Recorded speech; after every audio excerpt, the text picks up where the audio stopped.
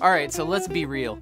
I know you as a guitar player don't practice in all your keys. And why? Well, maybe it's because you're lazy, but maybe because it's also a little confusing sometimes on the guitar and you think you might not need to know those keys. Well, you're wrong. You should practice in every key, and that's why I made this track. So here's improv advice number 2. We're talking about the 15 logical major scales, or all the 12 major keys that you should be able to play in. You got a jam track that you can play along with. Stay tuned.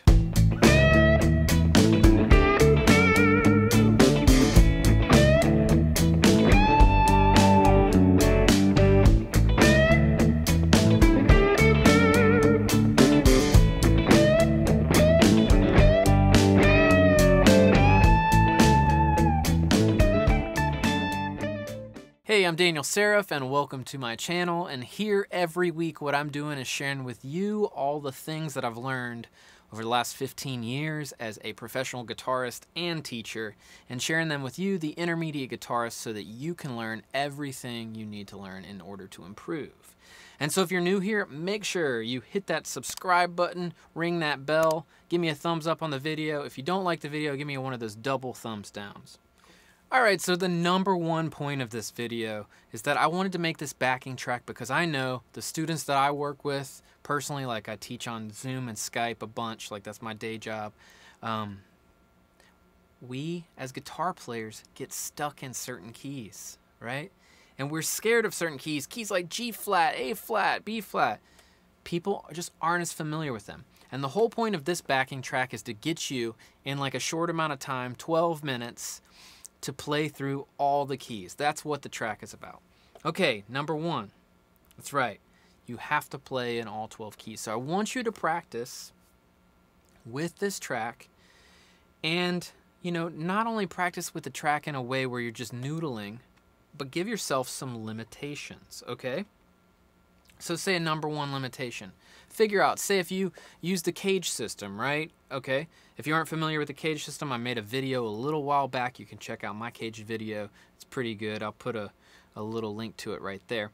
But you might use, say, the cage system shape that you're the weakest at. You know, say you're kind of weak at this C shape, right? A lot of people are weak at that one.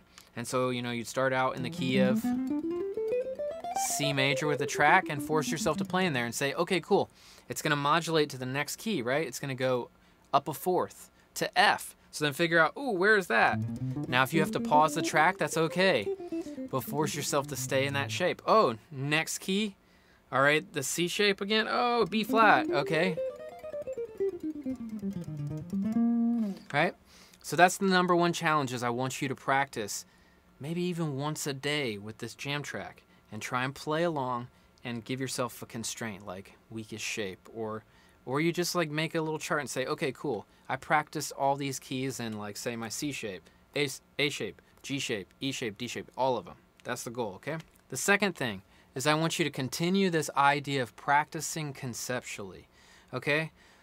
So again, turning on a track and just noodling, it's not really that beneficial.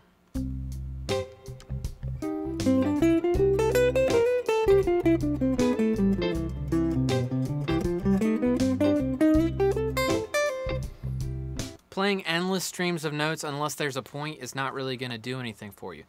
Also, an important thing that I'd always try to get my students away from is playing scales up and down. Like one of the least beneficial possible things that you can do is this.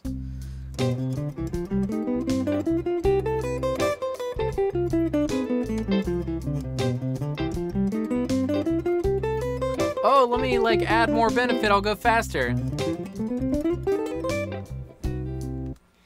Countless times I have told my guitar students, do not practice the guitar like this. It's really not going to benefit you that much. Yes, it'll improve your overall technique. You'll get a little better.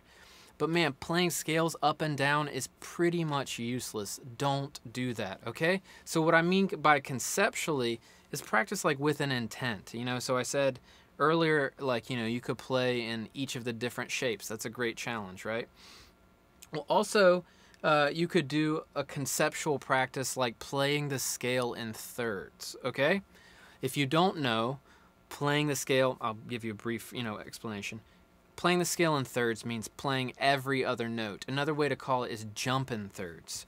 Okay, so if we were in the key of C, and you think about it like this, C major, any of these major scales here are going to have 7 total notes, right? Jump in thirds would be like this. The first note, the third note, right? So we basically skipped one, and then we'll go back one. Second, fourth, back one. Third, fifth, back one. 4, 6, right? So you're basically playing, you're jumping over a note, and then going back one. Skip one, back one, skip one, back one.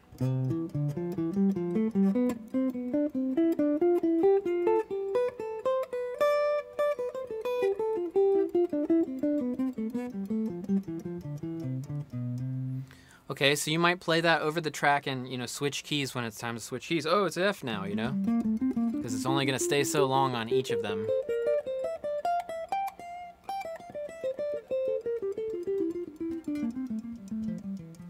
Okay, so that's going to help break you out of kind of like the scaly stepwise motion. But the third point here, and it's kind of a reiteration, is that if you just practice a conceptual idea, it's still going to be a verbatim practice, which means that when you go to actually try and improvise with it, this is improv advice, right? If you try and improvise with it, you're probably not going to be able to access that information to where it actually sounds like you're jamming, right? It's going to end up sounding just like this.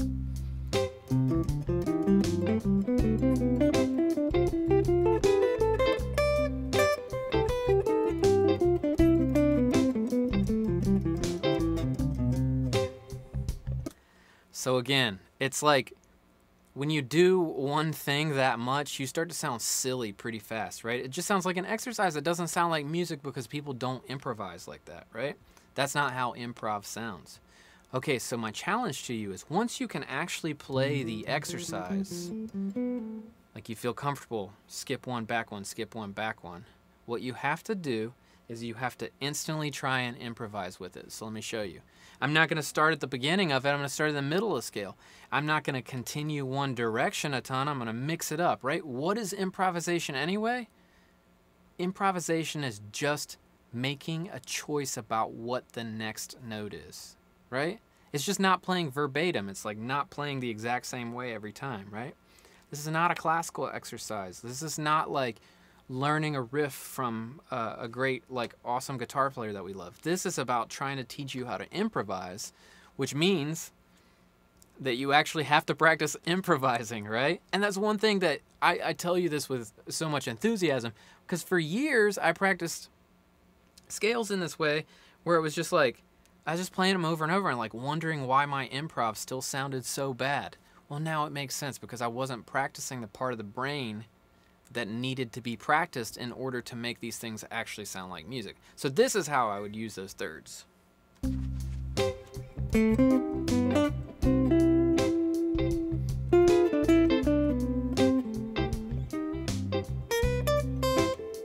Definitely slips and slides.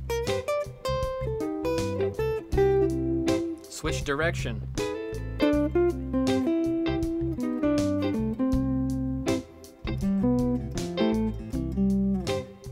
So if I exclusively use the thirds, it's still going to sound kind of bland after a while. But the whole point, do it for a few moments, work on that. It'll switch keys, keep going with it.